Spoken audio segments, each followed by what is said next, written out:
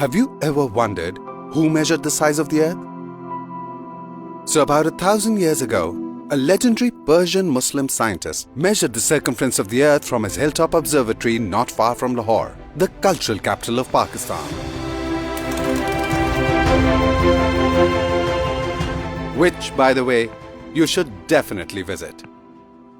The man was Abu Rehan Al-Beruni, and the place was Nandana Fort. How about we take a trip there right now?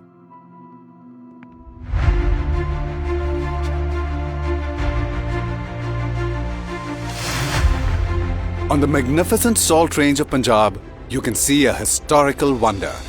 The ancient Nandana Fort, standing tall on the lush green plateau of Pothohar.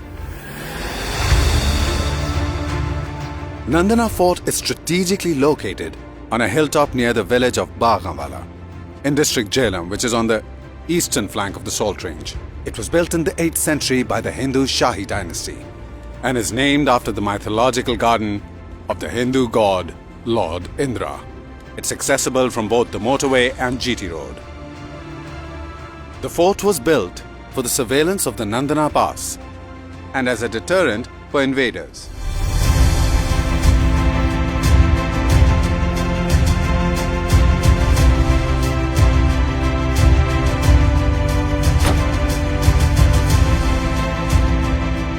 The Nandana Fort remained a stronghold of the Hindu Shahi dynasty until it was captured in 1013 by Mahmud of Ghazni.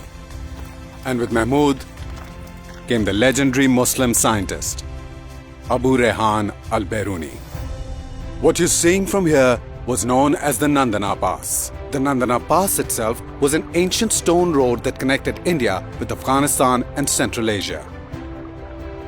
This was the very same route used by Alexander the Great in his epic clash with Raja Porus at the Battle of Hydaspes in 326 BC.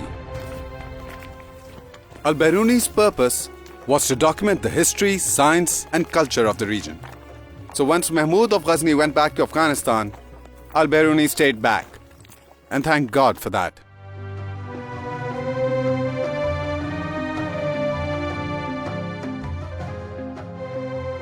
I am standing at the very spot where Abu Rehan Al-Beruni had his observatory in the 11th century. This is where he quantified the radius and circumference of this little blue dot we call home. Abu Rehan Al-Beruni, being a mathematical visionary, combined algebra and trigonometry to solve the epic problem of calculating the size of the Earth. Having read Al-Biruni's description, let me tell you how he estimated the size of the Earth. Al-Biruni needed a mountaintop from where he could see the flat horizon, and Nandana Fort was ideal for that. But first, he needed to measure the height of the mountain. He did this by going to 2 points in the valley which were in a straight line with the mountaintop. Then he measured the distance between those 2 points. And finally, he measured the angles between those points and the mountaintop. To do this, he used a device called an astrolabe, which is basically a giant protractor with angles and degrees and a pointer to determine his line of sight. Now he had enough information to measure the height of the mountain using trigonometry and algebra. He needed only one more measurement to get the size of the Earth. Angle of the line of sight of the horizon as it dips below the horizontal. Now here's the amazing part. Al-Biruni imagined the mountain as a large right-angled triangle, which has 3 corners: the mountaintop, the horizon, and the center of the Earth. Using trigonometry, Al-Biruni figured out that the angle of the horizon and the height of the mountain were related to the radius of the Earth, and algebra helped him calculate it. This was the formula that allowed Al-Biruni to calculate the circumference of the Earth, which, by the way, is within 200 miles of the value that we know of it to be today, about 25,000 miles. That is an accuracy of 99%. And that too when it was measured almost 1,000 years ago. Let that sink in. The Nandana complex comprises of a fort, a temple, and a mosque. The temple is known as the Shiva temple, and it was built by Anandapala, son of the Shahi king Jayapala, somewhere early in the 9th century. The mosque was built by Mahmud of Ghazni when he took over the fort from the Hindu Shahi Raj. Nandana remained under Muslim rule until the Sultan of Khwarizm was defeated by the Mongol hordes in the 13th century. The furious Mongols, led by the ruthless Genghis Khan himself, used the Nandana Pass to chase the fleeing Sultan and capture the fort. I mean, what history this place has. A couple of centuries later, when the Mughals recaptured the fort and the pass, Nandana became a place for leisure. Finally, no more wars and invasions.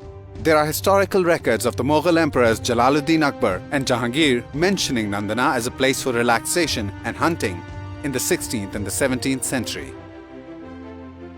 Though Nandana is in Pakistan, its significance is global. This is a place that belongs to all humanity. This hidden marvel of heritage was recently highlighted during Prime Minister Imran Khan's visit to Nandana.